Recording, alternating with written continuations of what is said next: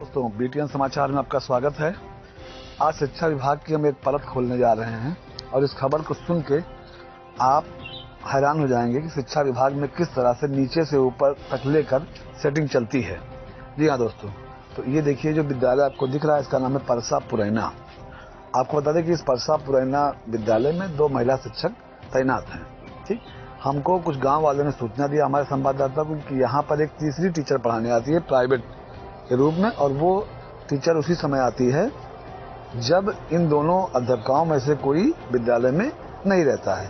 तो आइए सुनते हैं पहले कि गांव वाले क्या कह रहे हैं इस बारे में। अब जहाँ जाने साहब जो मैडम ही एक जगह जब नहीं आती तो वह प्राइवेट पढ़ावे। ये परसा स्कूल में एक जनी प्राइवेट मैडम पढ़ाने आती है।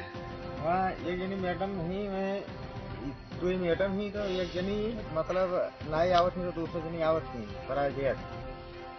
ठीक, खैर ये तो गांव वालों का बयान था। अब जब इसके बारे में तहकीकात किया गया, हमारे संवाददाता विद्यालय में पहुंचे तो उस दिन एक टीचर पढ़ाती हुई मिली जिनका नाम है रोली श्रीवास्तव।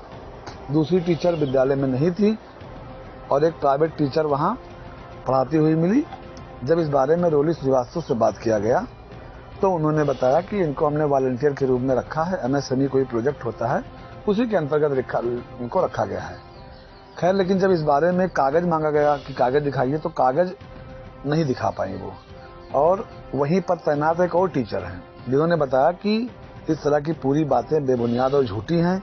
यहाँ पर सिर्फ एक टीचर रहती हैं और उन दूसरी जो टीचर हैं जब वो नहीं आती हैं तो उनके स्थान पर एक प्राइवेट टीचर रखकर ये महिलाएं पढ़वाती हैं। खैर, पूरे मामले की जानकारी जब शिक्षा विभाग के सबसे बड़े मुखिया बीएसए साहब को दिया गया तो उनका बयान सुनकर तो आप हैरान ही हो जाएंगे। आपको बता दें, जब बीएसए साहब से इस बारे में बात किया गया तो उन्होंने कहा कि जो टीचर की तैनाती है वो एमएसएमई के तहत किया गया है। उनसे भी वही मांग किया हमारे संवाददाता ने कि अगर कोई नियुक्ति पत्र है तो आप दिखा दीजिए, या कोई शपथ पत्र है। शपथ पत्र यहाँ पर इसलिए इम्पोर्टेंट है क्योंकि अगर कोई प्राइवेट व्यक्ति सरकारी में काम करता है निःशुल्क तो उसे शपथ पत्र देना होता है कि हम इसके बदले किसी प्रकार के वेतन के भुगतान की मांग नहीं करेंगे। अब बीएसए साहब ने कहा कि हम कुछ नहीं दिखाएंगे, अगर आपको कोई जानकारी चाहिए तो आप आईटीआई से मांग सकते हैं। अब इस बात से अंदाजा लगा सकते हैं कि नीचे से लेकर ऊपर तक शिक्षा विभाग किस तरह से चल रहा है। प्राइवेट टीचर का पढ़ाना गलत नहीं है, लेकिन सवाल इस बात का है कि अगर इसी तरह से होगा तो देश में फिर 70,000 रुपया और 80,000 रुपया वेतन पाने वाले शिक्षक बेरोजगारों का शोषण करेंगे। 5,000 रुपये पे शिक्षक को रख लेंगे और पढ़वाएंगे और खुद अपने घर पे बैठे रहेंगे। खैर, पूरे मामले की जानकारी जिलाधिकारी बलरामपुर को दे दी गई है। उन्होंने कहा कि जल्द ही जांच कराई जाएगी। धन्यवाद। से प्रस्तावित टीचर है, एसएमसी की बैठक कराई थी हमने सब लोगों ने मिलकर। ये हमारे यहाँ पहले प्रेरक थी, एज ए वॉलंटियर इनको रखा है। जब कभी आवश्यकता होती है इन्हें बुलाते हैं। तो ये जो है हमारे जब हम चार्ज में थे, प्रिंसिपल थे, तो ये इसकी नियुक्ति नहीं हुई थी। उसके बाद 25 अक्टूबर को हम विद्यालय में ज्वाइन किए।